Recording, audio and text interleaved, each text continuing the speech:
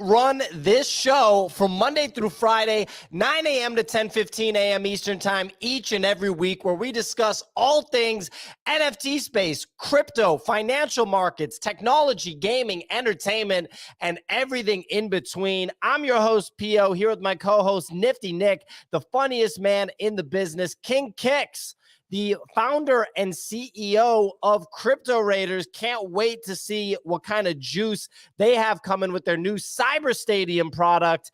Easy Eats Bodega, the host of GM Market Talk, the founder of Bodogos, soon to hit a blockchain near you.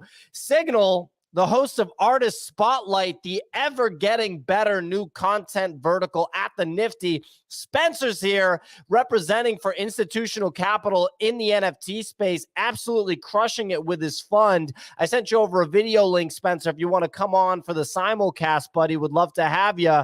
And last but not least, we have Bunny. Bunny, it just says that NFT Nick follows you in your bio. Yeah, it's like the strongest part of my resume, man. So I want to put that out there.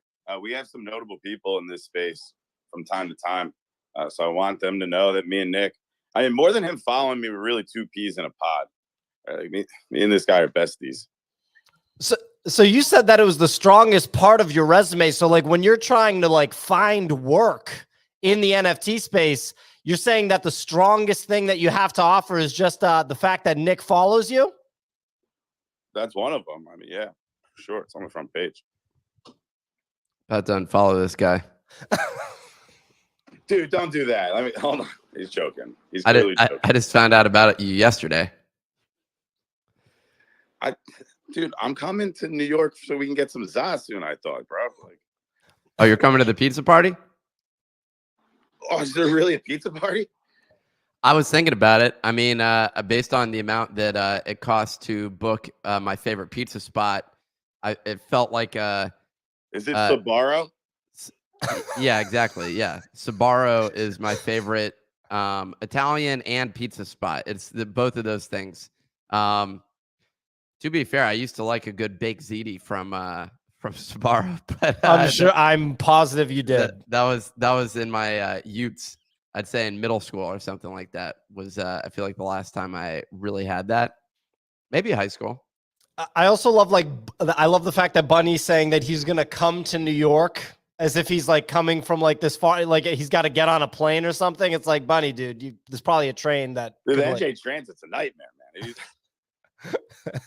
You live in New Jersey.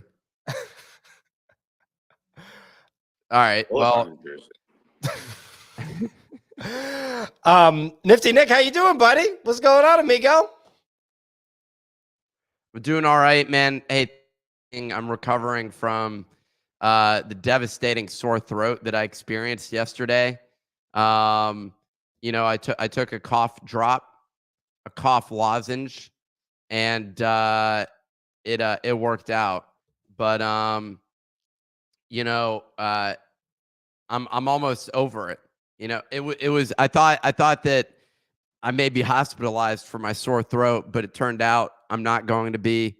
I'm on the mend. Big moves happening here yesterday. Fortunately, my voice wasn't gone yesterday as a result of it, but yeah. Well, fantastic. Glad to hear that you're on the mend, amigo. Kicks, how you doing? Phenomenal, man. Phenomenal. Not in any of the big wins, but some of the buys I've had are going up, like G tags and stuff like that. So feeling good, feeling happy. Cyber Stadium's going great. Trying to mint my first ordinal. Maybe I'll be able to do that today or tomorrow. But yeah, dude, it just feels like a lot of exciting energy in the space. Lots of existing projects dropping cool stuff like doodles and all that, and lots of new projects coming in and new exciting things. So I feel alive. And Spencer was the one that brought up G tags. I believe that was at like 0.52. They're north of 1 ETH now, aren't they? Yes, sir.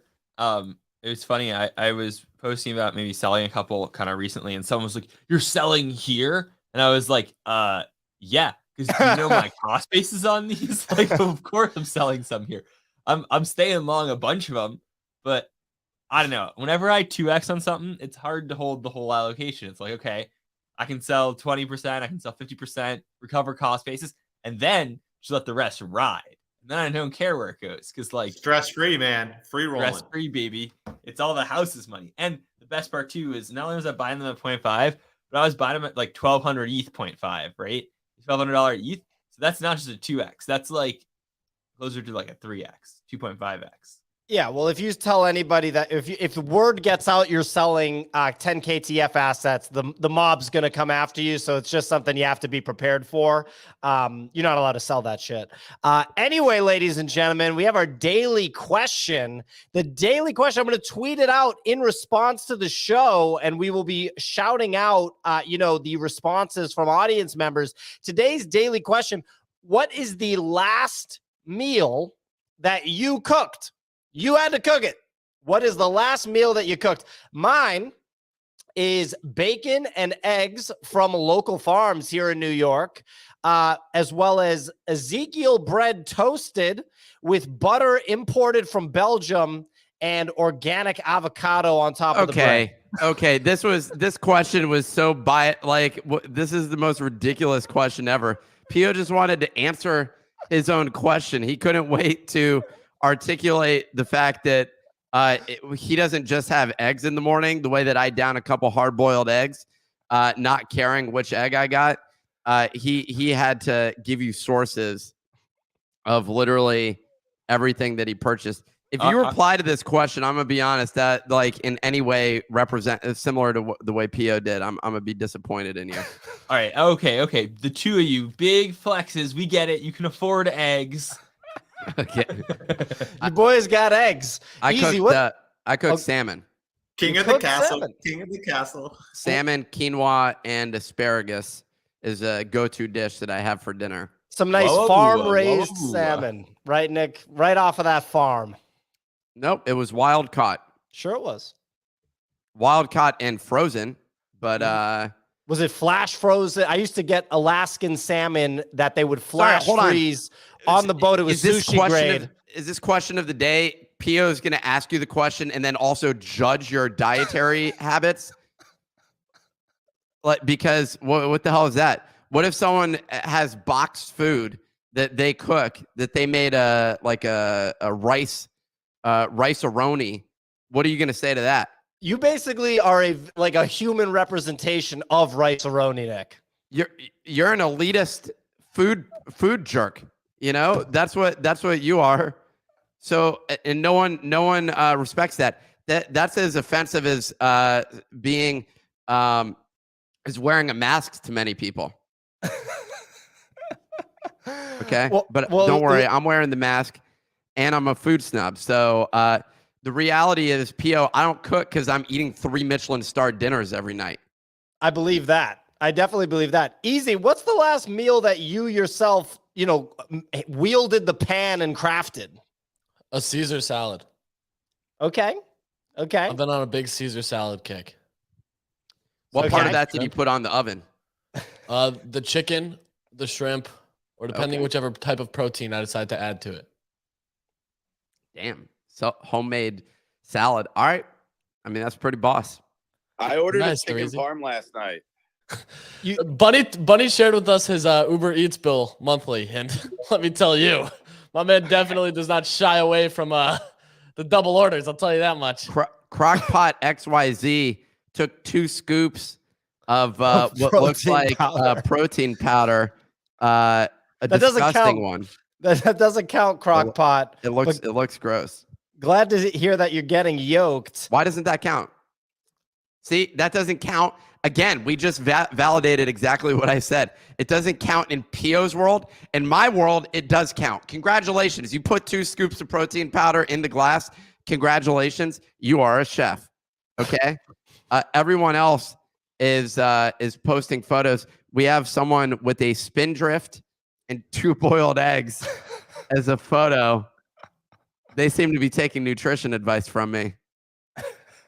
Someone said, got bounce.eth. He said bacon, hard-boiled eggs, biscuits, and pancakes. Spectacular breakfast. Get after it, got bounce. Love to hear it. Chips from Grondin.eth. And I don't know if that means fries and he's British or if he literally made potato chips. I don't know. Signal coming in hot with a spicy baked aubergine with quinoa. Look at that, Sig.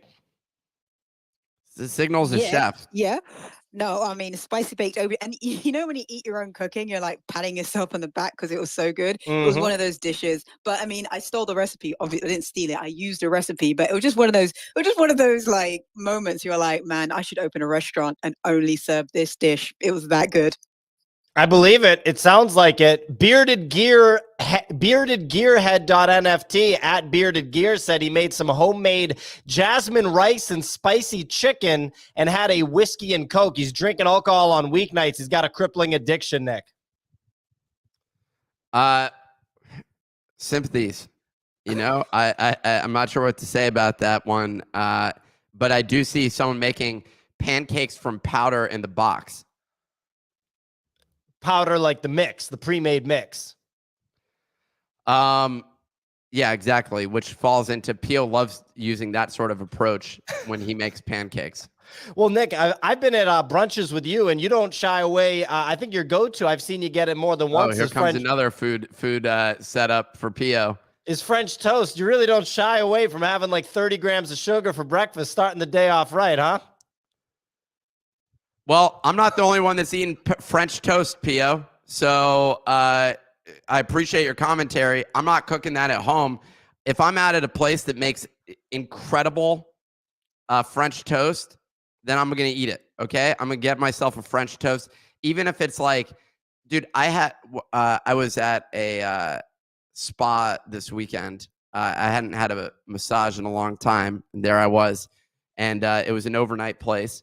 And at the spa, they had a breakfast. And I'll say that was the highlight of the weekend because they had waffles and there was a Fixins bar. And the Fixins bar comprised of chocolate chips, M&Ms, and basically every other type of like sweet gummy bears, what you name it, basically, you could go there. And then also on the side, they had a bowl of raspberries. And I'm like, wait, these are expensive. Let me scoop I'm going to scoop a whole set of raspberries here. But yeah, I had some waffles with chocolate chips on them and then poured some syrup on it and felt awful about myself while eating it, but it tasted incredible. So yeah, judge me. I don't give a shit. Well, there you go, ladies and gentlemen. That's how Nick gets down. You love to hear it. We're going to get into the weather report in just a moment.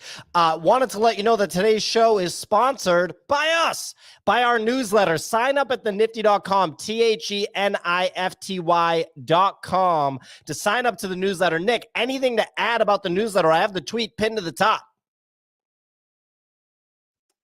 Well, in terms of the newsletter, look,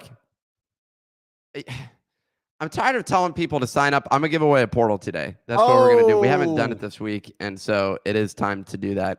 Head over to thenifty.com, THENIFTY.com. Sign up.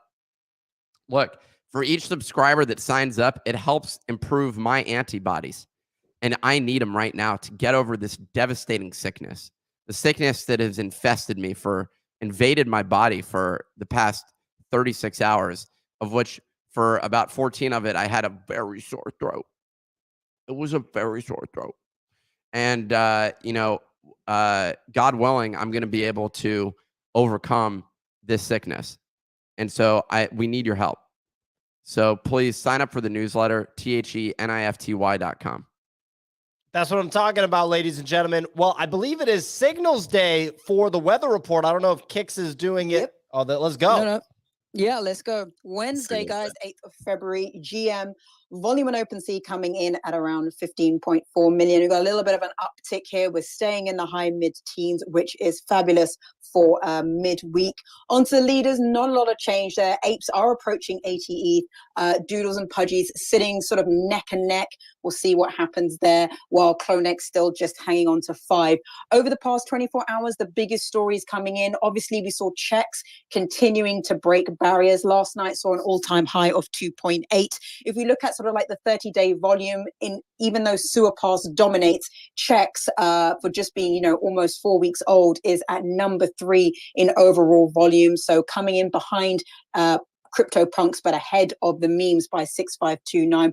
That is incredible in that context for an $8 mint. And checks this morning are sitting at 2.5 ETH. Over to Doodles. Well, Doodles announced that they will be foregoing South by Southwest and also foregoing NFT NYC. They are also joining Azuki in that, Moonbirds in that, and 8Fest. The team are going to be launching their very own first ever IRL experience, and the Genesis boxes are going to reveal in February, and Doodles 2 is apparently coming in a few months. And we also will have some information around Pharrell. They have teased. The Genesis boxes at the moment are still holding 0.2. On to the notable sales. Well, we've had some big ones this week. Obviously, Kevin Rose sold his Zombie Punk. Yesterday, Jimmy.eth sold his Golden Ape for 800 ETH. That's around $1.3 million. And we also had Justin Avasano sell number 11 Twin Flame for 111 ETH. So incredible sales this week. And then lastly, of course, Yuga Labs announced Legends of Mara. It's going to be Other Side's second trip, and they've described it as a standalone 2D experience powered by ApeCoin. And we're seeing that ApeCoin obviously wants to break above $6. On to crypto, things still ranging there and looking pretty healthy. And so overall, the market obviously dominated by checks and sewer pass, and it's very positive to see these huge grails moving in this market.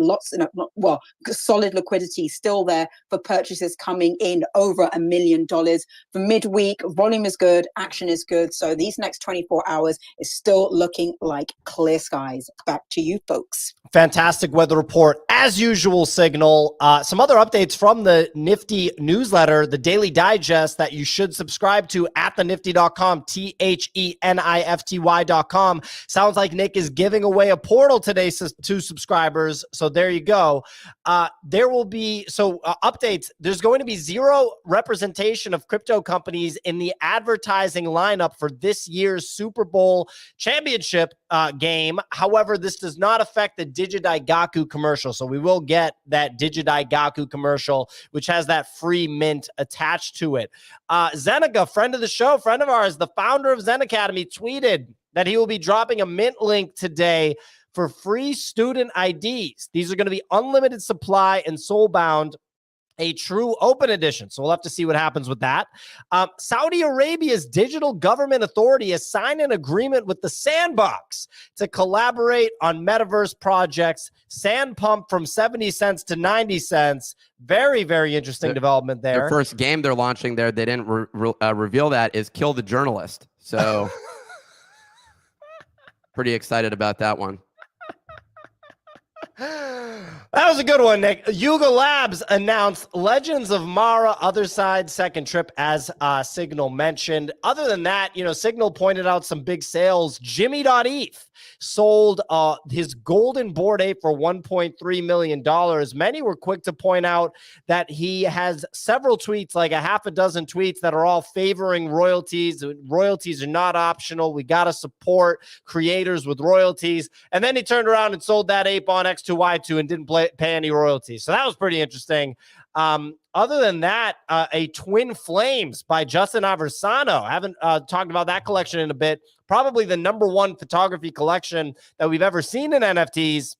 Had some monster sales in the past. One of them sold for 111 Ethereum, $185,000 to Jimmy.eth. So he rolled some of that money he got from the Bored Ape into a Twin Flames.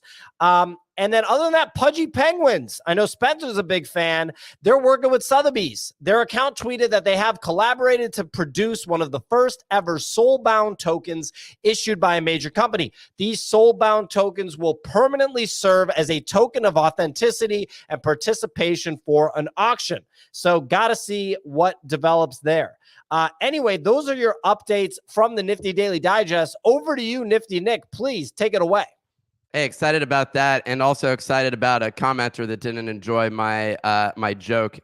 Speaking about a government, not about the people. So let's move on to the next part of this. So I didn't see in the weather report, but Signal, I guess that's breaking news about the all of the projects that are not going to NFT NYC. Are we going to look like fools for hosting an event at NFT NYC? I mean, I think so.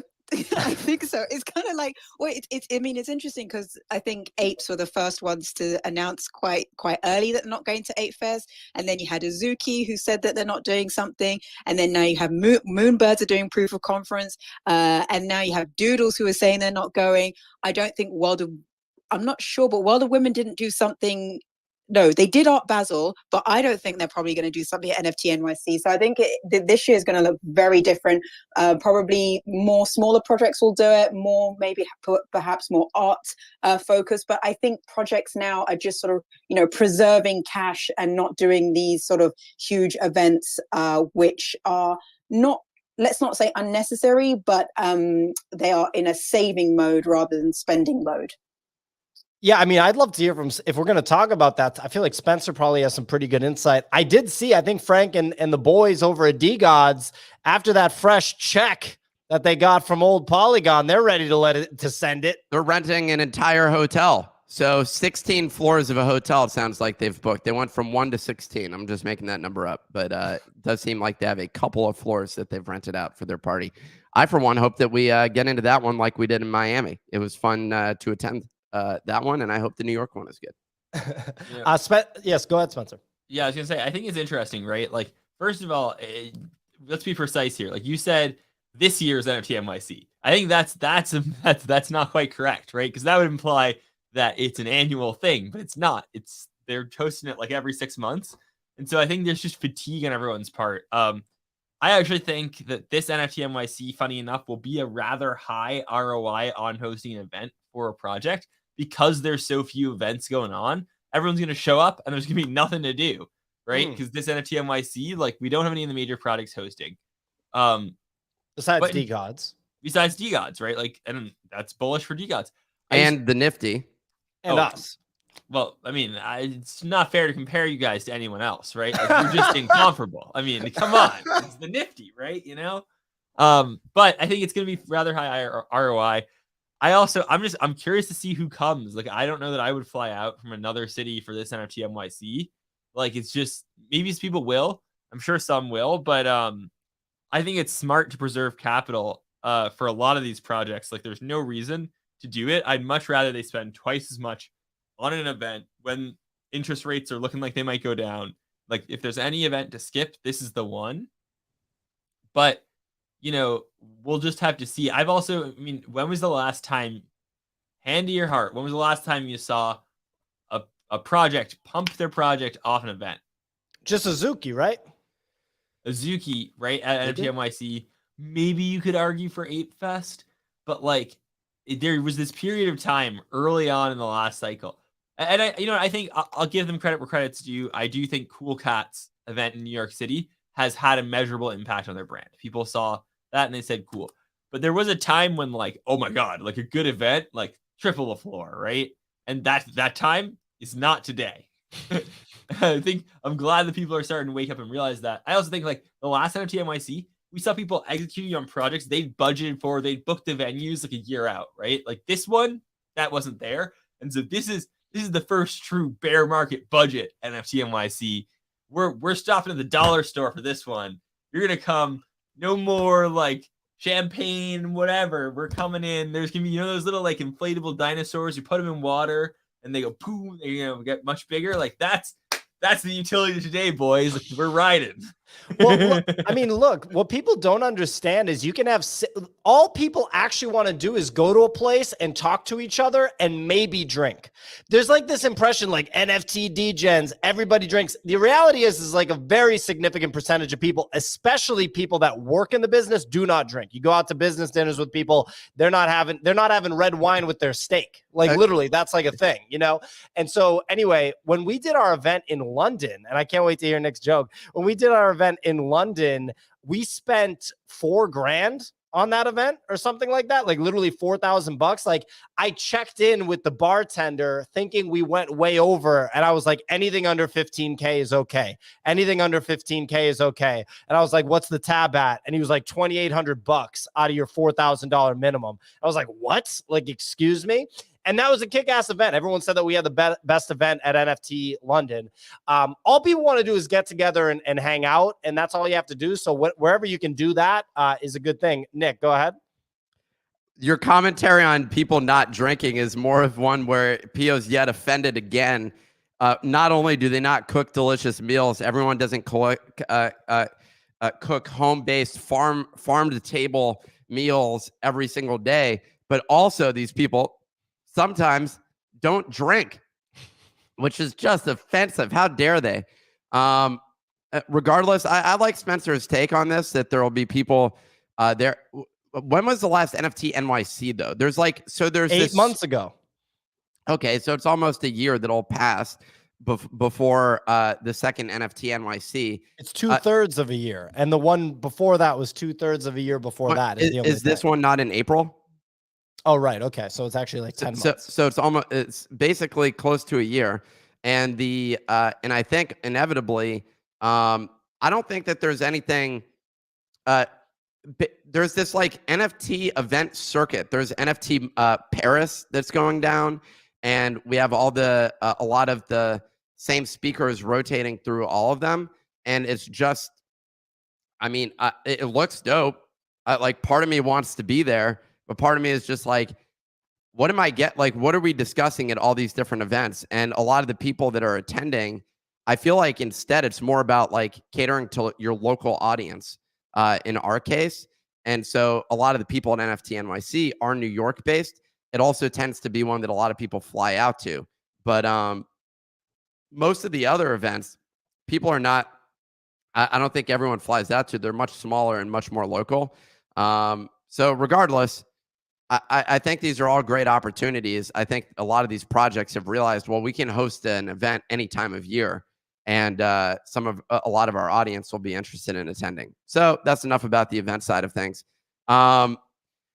Zero representation, the way that of crypto companies sounds like like a diversity and inclusion issue. Basically, we're like, we need more crypto companies at the Super Bowl.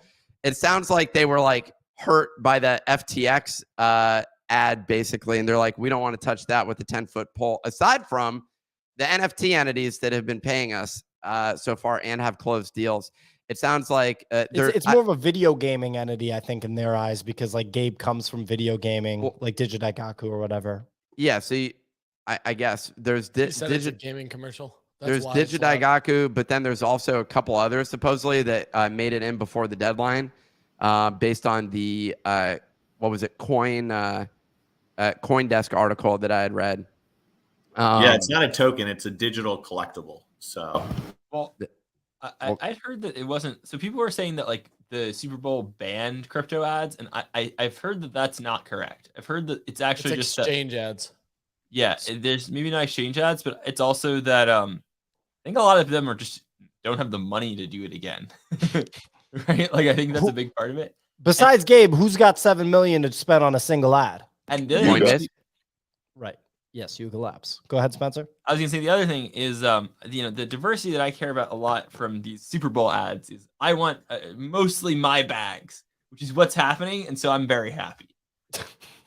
Yeah. Also, with the Super Bowl commercial, I mean, to spend $7 million on an ad, you have to understand the formula for like converting a TV ad.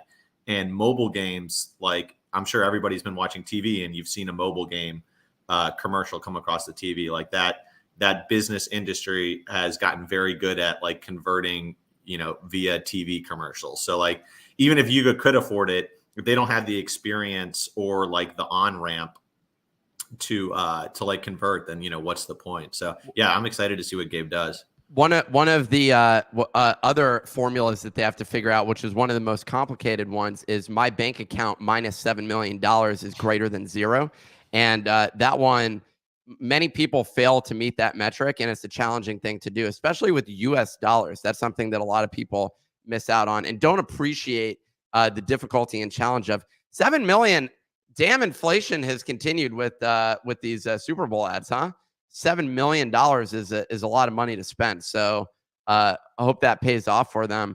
I'm interested to see also how they roll this out. The IP that they're developing is very fantasy. It's a fantasy world, right? It's dragons, and I feel like it caters to a particular niche as well. which I'll be interested to see how this performs outside of those that just hope price goes up. Regardless, that's what we'll see. Other story to cover, Saudi Arabia signing with the Sandbox.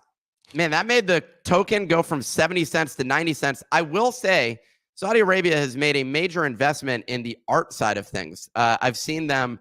They're building out some like mirrored pyramid in the middle of the desert. I saw they're also building a huge like it's like an apartment complex. That's this wall that like is $1 trillion investment or some insane level like that, where they're building out this place and they're trying to become iconic as it applies to on the global art side of things. And so apparently that's an effort that they're making here. I'm impressed that it drove the price of sand that significantly just off of that news statement. SS Soul says the line, same person who called me a racist for my commentary, speaking about the government and just dropping facts. But it's all good now. We've whitewashed that with Joe Biden and we've moved on. So it's all good. No worries. We have great relations with their country now. Don't worry. Now we're set up to send them more money so they can develop great art movements, built on top of the bodies of the people they've slaughtered. So let's move on to the next subject. Yuga Labs announced Legends of Mara Other Side second trip. Damn, they're just coming out with announcement after announcement. Did the game ended yesterday, right? Oh, it ends today? Yeah, it'll be all over the Twitter timeline. It'll be like, 12 hours left or whatever. Whoppy got me above 100K, dude. So I'm just chilling. Wait, did he over 100K? Yeah, he got me like I'm like ranked 12,000 on both. I'm gonna top roll and get legendaries for both of them. Just instantly sell them both for 150 ETH. Buy a Bored Ape, keep the rest as profits. So, should I be paying the amount to Tenacious to make that trade? Tenacious, send me a DM if you're still available to do this. What do we think the value is of 200,000 versus 100,000? I mean, that's the thing, is it's all subjective. I think it would be kind of boring if it's like, and I'm interested to hear other people's opinions. I think it'd be kind of boring if it's like linearly by your score, this is the exact rarity thing you get. I would imagine maybe that it's more like a modifier to your RNG roll or something like that. So if you're like top 10%, like, you're maybe rolling, you have a much higher chance of getting a rare or something like that. Or who knows, maybe it is straight linearly. But then also, isn't there like 3 phases to this as well? So yeah, There's 2 more that's games. what I'm like curious about, is like, how much just this one bucket like affects like the whole pie. I wonder too, like, I think everyone that I've talked to is assuming kind of what Kix, you're assuming, which is that there's going to be some sort of roll at the end or some sort of rarity structure that's similar to apes. I don't know that I think that that's the case. I think it could be that you just get an attribute of your NFT that is your score, right? And so, like, we've seen, if this is going to be a game in line with Other Side, right, like as part of Other Side, the mechs, maybe that's how you go to Other Side as your PFP, walk around in your mech, and the mech has an attribute, and that informs how much you farm on the land of the resources or something. That I think is actually much, much more interesting than some sort of like rolling a rarity tier similar to how we've seen other NFTs be structured. I don't know the dynamics in particular, which ends up driving this, but I do think it's my entire motivation in this whole thing is trying to quell my FOMO and trying to maximize my upside.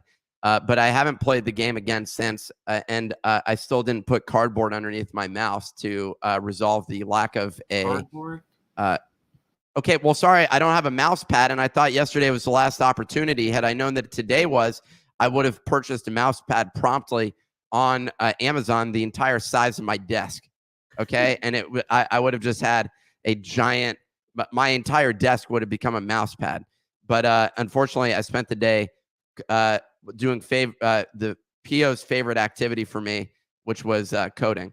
But I was also recovering from sickness. So that was a deep, devastating sickness of a sore throat, which required multiple cough drops. I'm sure you have a B&H photo or whatever that weird place is in New York. You go We there, do get a have mouse pad. a weird place, also known as a camera store. And we also have another weird place called Best Buy, which I probably could head over to, and they'd probably have a mouse pad as well. Ebrink says, I'm fine without the mouse pad. Look, here's the deal. I'm at like 98,000 points or something like that. I'm feeling like that's good enough to participate. My apes are all mid-tier anyways, so it doesn't really matter. And just as a reminder for everyone, I still have a CryptoPunk. So a lot of people have been asking me. Yeah, and if you think about like the rarities on like, you know, Bored Ape Yacht Club or like Mutant, right? Like there's a really long like distribution tail, right? Where like the really, really rare ones, like we saw yesterday, right? Like the gold fur with the rainbow teeth sold for 800 ETH, right? Like my point is that like if you're not like top 5%, if you're like top 30%, like, and you get like a mid rare, is that really like, that's not that bad. You know what I mean? Like usually like you have a big, you know, amount on the floor, you have a couple mids, but then like the rares are the ones that are like worth, you know, crazy amounts of money. So I'm fine getting like a floor ish version of this, you know, like I don't think that's like that bad. I saw an update from B-Check on our team, who was saying that Yuga Labs released another thing explaining how to increase their score. If you haven't figured it out and needed their videos that were dropping a day before the game is over, probably not going to make it. But we did discuss some alpha strategies that we were using yesterday. At the end of the day, the most important strategy was to not move your physical body the way that Signal does when a wall comes. My question for Signal: have you increased your score?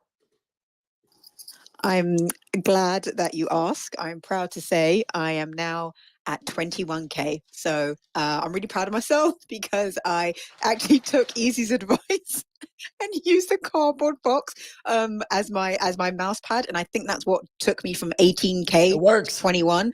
Yeah, it does. So thank you for that. I didn't want to increase the mouse speed because I don't need any more risk. I don't need to go faster. Speed was not the limit. I feel it was just more reflexive skills.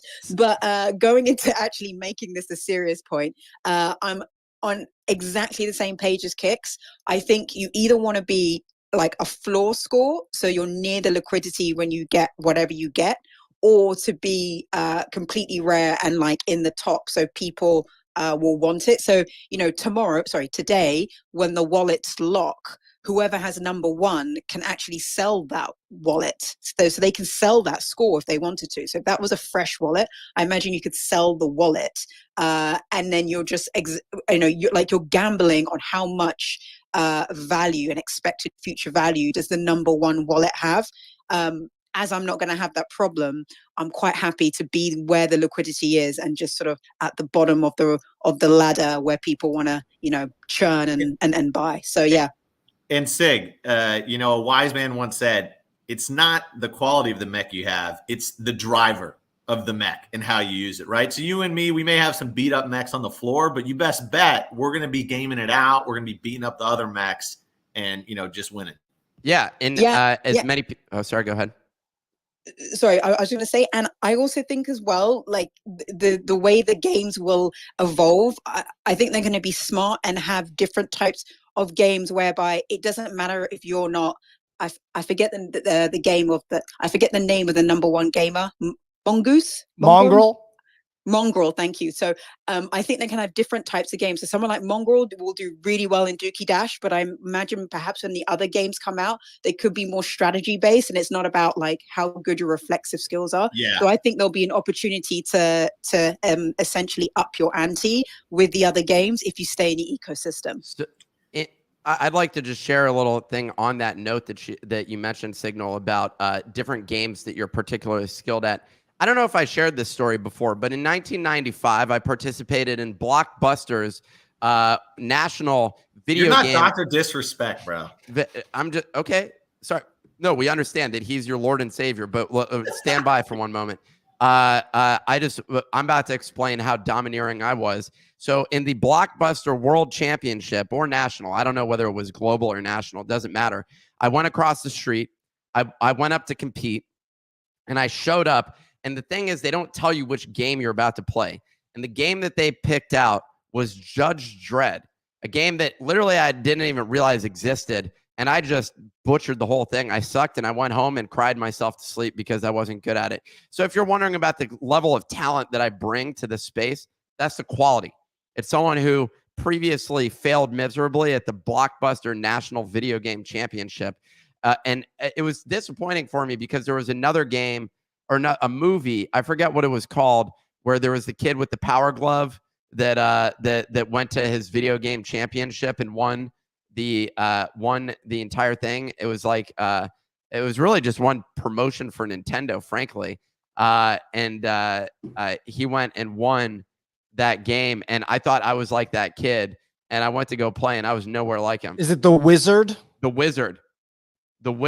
Yes, that game or that movie made me hope.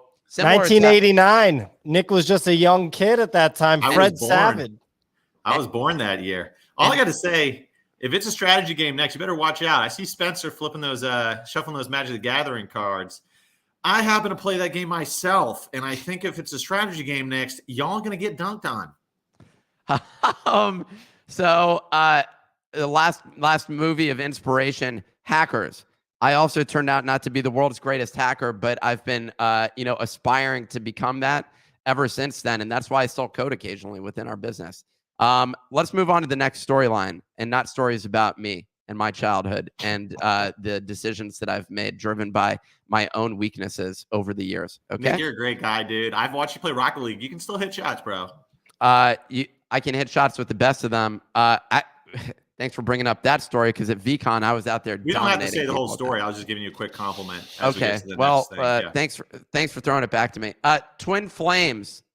Justin Aversano resold Jimmy.eth, bought one after selling his 8 for something like 1.5 million, 1.8 million, somewhere in that range. He spent 10% of it on a Justin Aversano, a Twin Flames.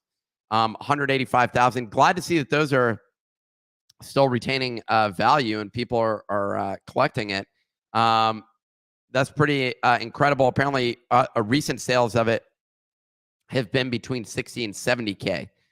So a little bit off of the incredible heat and hype that was being generated during the bull run, but the market is still valuing it, and people aspire to have a Twin Flames of Justin Aversano. Last story of the day, and I'm interested to dive into some of the trading activity after this, is Pudgy Penguins working with Sotheby's. I'm only saying that to pump Spencer's bags. You're welcome. No, in all seriousness, Spencer, does this matter? Wait, this like already happened. This is old news. They've been working on this for a while. No, this happened. Like the auction happened. Like I don't know if there's another auction happening, but they did an auction at Sotheby's, and everyone who bid on the auction got a soul-bound token that represented like that they had bid.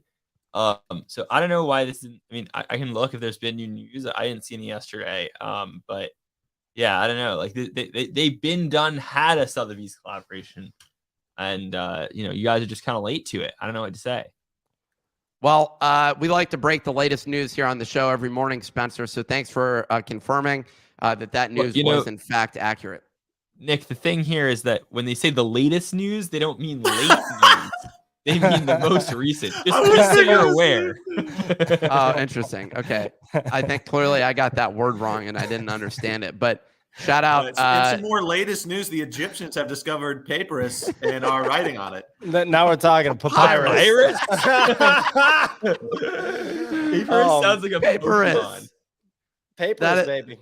That is classic. I read words. I don't know how to say them. Yeah. Let's dive. Well, look, a couple things. First of all, the show is sponsored by the newsletter that gets the latest news, and that's the Late news. Sign up at thenifty.com, THENIFTY.com. Nick's giving away a portal today, and that's not even the end of it, but I'm not even going to say anything else on that. THENIFTY.com. Make sure you do it. Node had his hand raised. Node, did you have something to chip in here before we move on to the next thing? Yeah, and ironically, it has to do with papyrus, believe it or not. Let's So go. I was gonna mention my bitterness because I've been trying to sell a Justin Aversano 1 of 1 from a different collection of his. Okay. For 6.9 ETH, and have not had any takers. So it's Smoke and this Mirrors collection called the Tarot Scrolls. And it comes with a physical papyrus piece, and I have that papyrus piece. And so the lesson here, and I think this is good for everybody because I've tried this a few times and it just never quite pans out.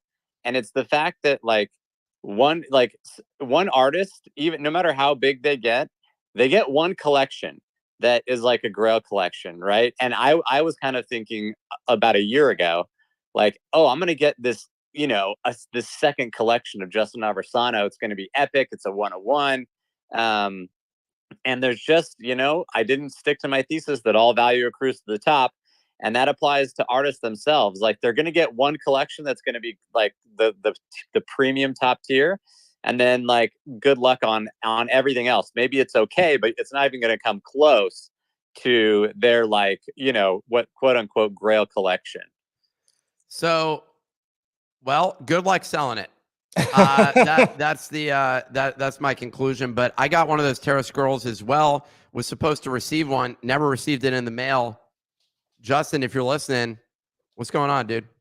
I've also wondered how much of that issue node is due to it being a collab piece or something that people aren't as interested in, or if it's literally just a visibility thing. Because if you think about the whole NFT space, right, it all flows through collections. It's kind of bizarre that instead of this, Justin Aversano collection that's his big collection and has the most volume, that you're not literally just on the Justin Aversano collection that has everything that he's done. And the same thing with Grant Yun or whatever. I wonder if that would significantly change the pricing on some of these other pieces or not. I think it's a factor for sure. Signal has her hand raised. Signal, something to chime in with here?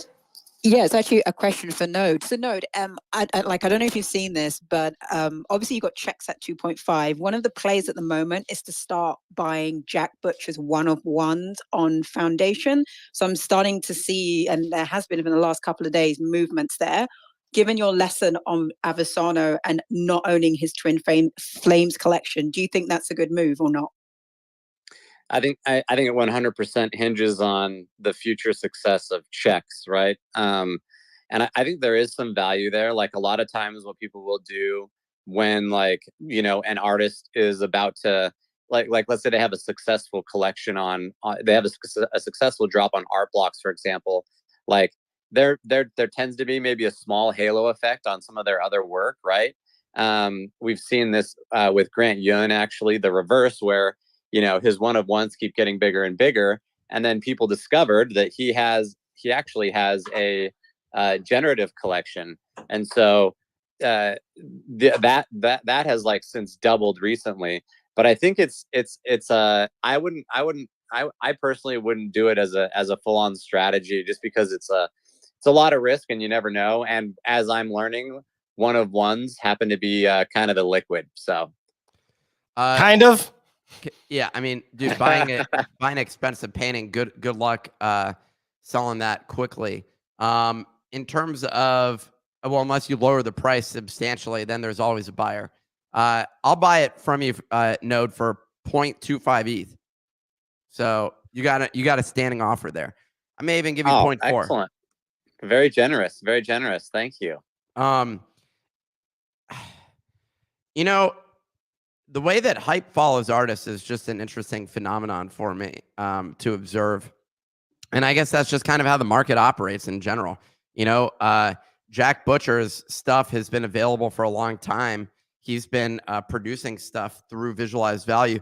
I think I interviewed him 2 years ago on my podcast, or at least a year and a half ago, no one like really gave a crap about Jack Butcher. If there's anything that I regret is not buying anything, then just like I regret not having bought the Twin Flames when Justin was offering that at 0.5 ETH or whatever it was. Just curious, who's the next artist you're interviewing? Because I may I may be seeing a trend here. Yeah, you can buy it and then wait 2 years and see what happens. I can't wait that long, Pia. Yeah. Well, I can tell you who all the artists are that I've had on the show, and there's been a lot of them. But regardless, what I thought would be interesting is to dive in before we wrap is some of the trading action going on here. First up, price of ETH has, and maybe I can even share that on the screen. Price of ETH has been moving. We have, let's see if okay, well, StreamYard doesn't let me share, so that's where we're at the moment. But the price of ETH has been, it keeps breaking new highs on the candle level. In terms of, it didn't surpass the recent 1715 level, but for a moment there, it was feeling quite choppy. And I'm interested, are we going to see here another pump? The target looked like we were targeting, 1800 basically. I'm wondering what people are thinking here, whether or not we see the run up for that or not. But we're now in the 1665 to 1693 range is where we're at with the current candle.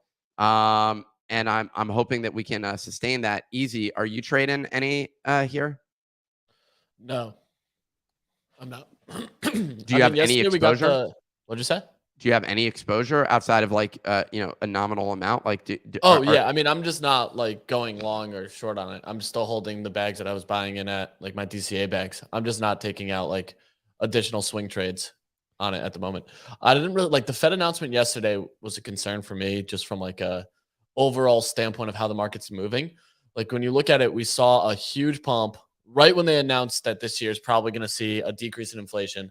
And then it sold off almost immediately when Kramer said we're in a bull. And then it slow grinded back above the previous breakout high.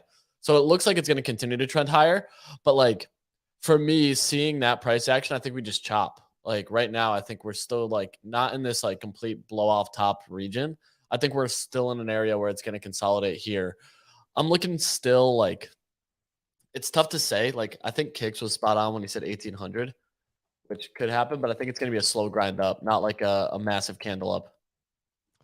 I'm interested to see it. I had sold some during this because it got basically firmly rejected at the 1665 level. Now we're sitting right around that same level, so I'm interested to see what happens. I don't have any other token trades per se that I'm going with here. Other than, like you said, I'm liking AVAX here a lot, to be honest, which sounds interesting. The Amazon stuff with AVAX is really interesting to me. Support for their entire infrastructure at the moment. And then there's like the worst kept secret is that Amazon's launching something with NFTs, which will probably be its own chain, but built on top of AVAX, which I think is just going to solidify the underlying token. That I've been DCAing on. FTM, I've been DCAing on. HBAR, obviously, that I've been long on HBAR for an extended period of time, still long on HBAR. And those three, I mean, I have some Kanto exposure still, but that's just from when I got in at like 35 cents. I'm wondering with is AVAX a layer 2? No, it's an EVM chain. Got it. So it's actually similar to like kind of how Matic is operating right now. Well, Matic's a true L2. So I'd say like, well, it will become, we were out with dinner with someone who said that it's not yet. And I don't know the nuances of those things. Frankly, it doesn't even matter for me. All that matters is that people are okay using that chain.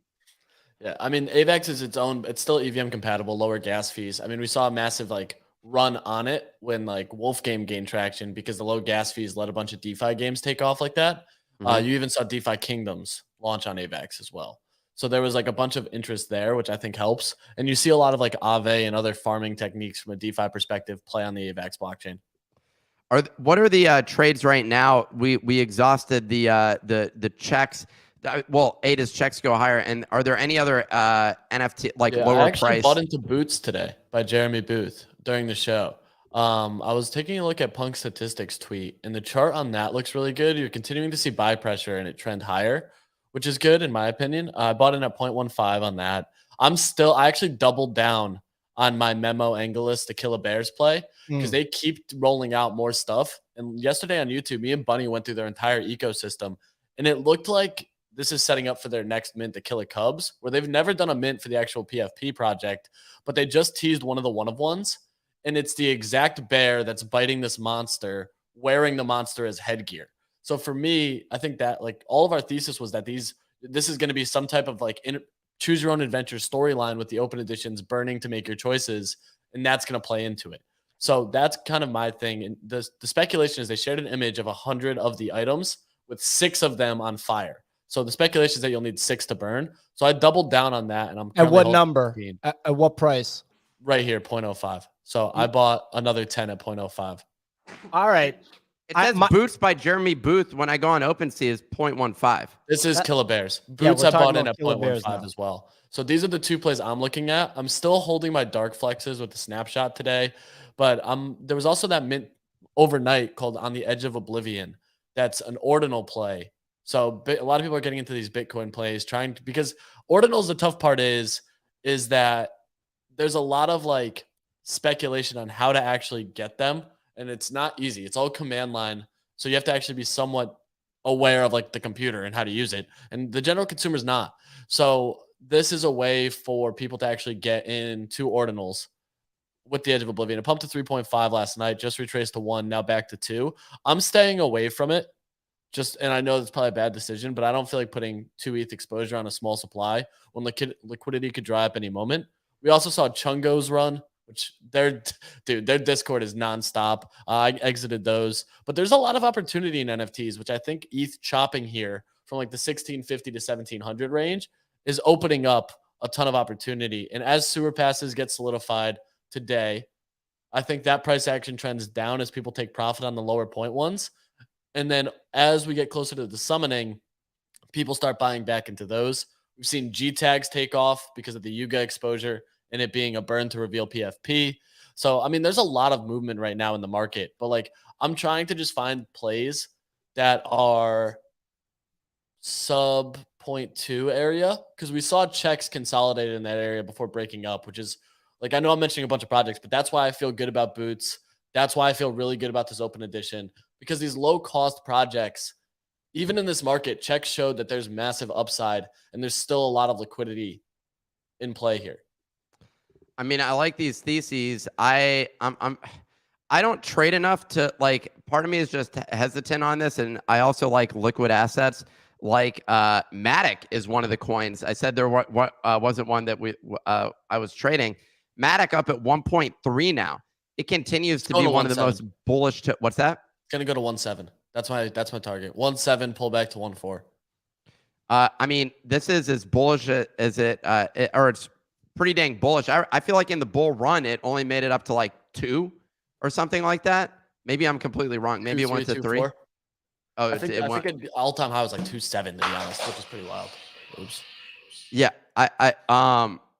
what was that? That was a cool sound effect. So yeah, I'm interested to see where that goes, but it did break out above its previous high. I like your target here, 1.7 looks nice, and then we got Boots, and the other trade is the Kill a Bears thing. How long you staying in those plays for? I'm going to hold Kill a Bears for an extended period of time at the moment. I feel a lot better about that, knowing that there's probably a good chance we see 6 burn for whatever the next step is. And the Kill a Bears team has done such a good job with production so far. And I mean, like you look at the Killer Bears themselves, they're over 3 ETH. And then even their additional like Pixel Bears are almost an ETH. So would it surprise me if these got upwards towards like even 0.15? So if we could see 0.2, I'd probably start scaling out. But like, it depends how quickly they roll out the burn. Like even with checks, we haven't seen a burn on checks yet.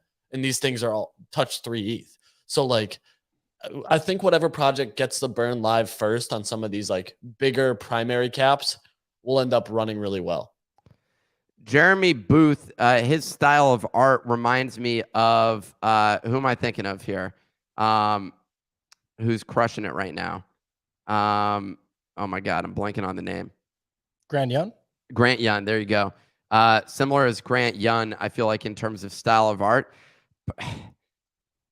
What's interesting is, and what we're seeing is NFT statistics is doing great coverage, and it's a bias towards, and unsurprisingly toward, the art side of things. Currently, we are in sort of an art run with all of the open editions. It's nice to see that transitioning, and it's interesting, figuring out how to play these, how to trade these is quite difficult because it's relatively like arbitrary, basically. Like it's all of us just being like, oh, I like this artist. Yeah, I mean, I have a comment on that. So the way to trade it is get in early enough that there's any upside and then sell them. So like, I'm not trying to be like a jerk, but I've been talking about this over and over again. I'm on record with this point. This is the same thing as Nifty Gateway before, only it's ERC 1155s, and it's a platform that people will continue to use, right? Like the daily active user count on Nifty Gateway plummeted. OpenSea's daily active user count, it ain't gonna get lower than what it was a couple like months ago, right? But every open edition is gonna go to near zero. I'm just telling you guys. Maybe there's 1, 2, 3, 4, 5 of them out of the thousands that don't go to zero, but everything else is just going to trend downward. They're ERC 1155 open editions. The artists are going to put out more work. It's going to dilute the supply. Nobody's going to want these. There's really well-known artists in the space that would have wanted to do an open edition to make more money during this trend, but they couldn't because they'd already done that stuff before, and the value of those open editions was near zero. I'm talking about sub 0.01. So I'm not throwing shade. I'm not trying to make anybody scared. I just bought the Killer Bears. I tried to buy them yesterday on the show, but the transaction failed. I just bought them in my personal wallet. I bought a couple in the company wallet to trade too.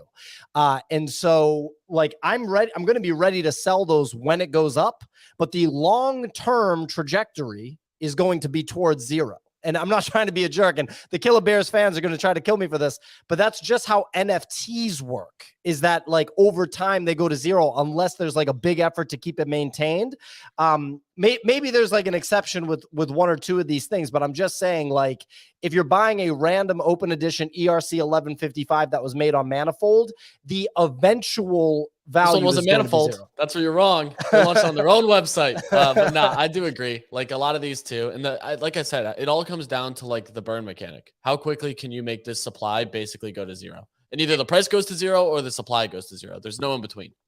I view a lot of these as, and we were discussing this in our own internal meetings yesterday, is that a lot of these are content. And the question is that person good at content? Visualize Value, Jack Busher, is particularly good at creating content.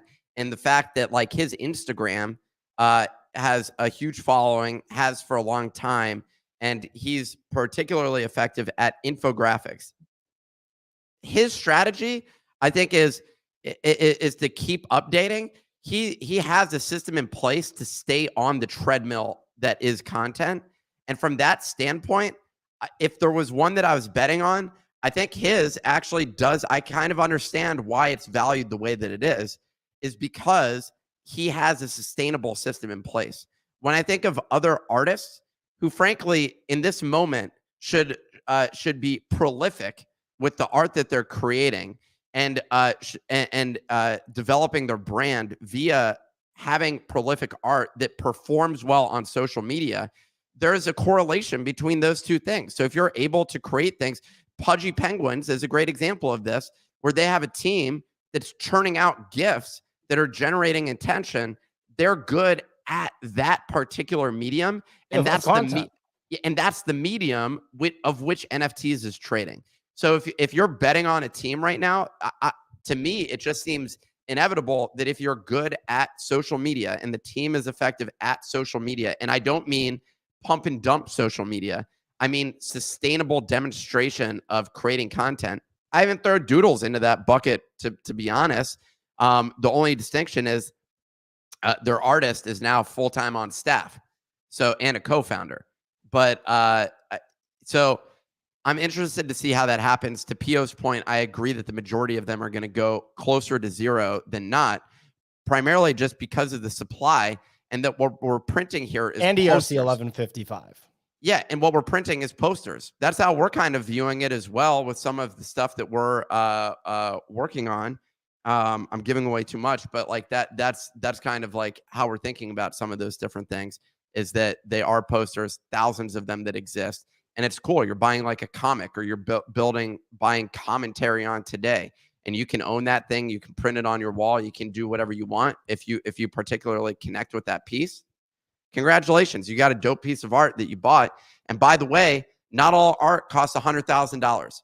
Most art costs single-digit dollars, to be completely honest. So like that's where we're operating with most consumers, and that's where all of this will exist. Yeah, and I want to go to Signal and Node for a second. It should be pointed out, like Goblin Town went to 8 Ethereum for each individual picture of the goblin, all of them. Like if you wanted to buy one, you had to go and pay like, $20,000 for one of them.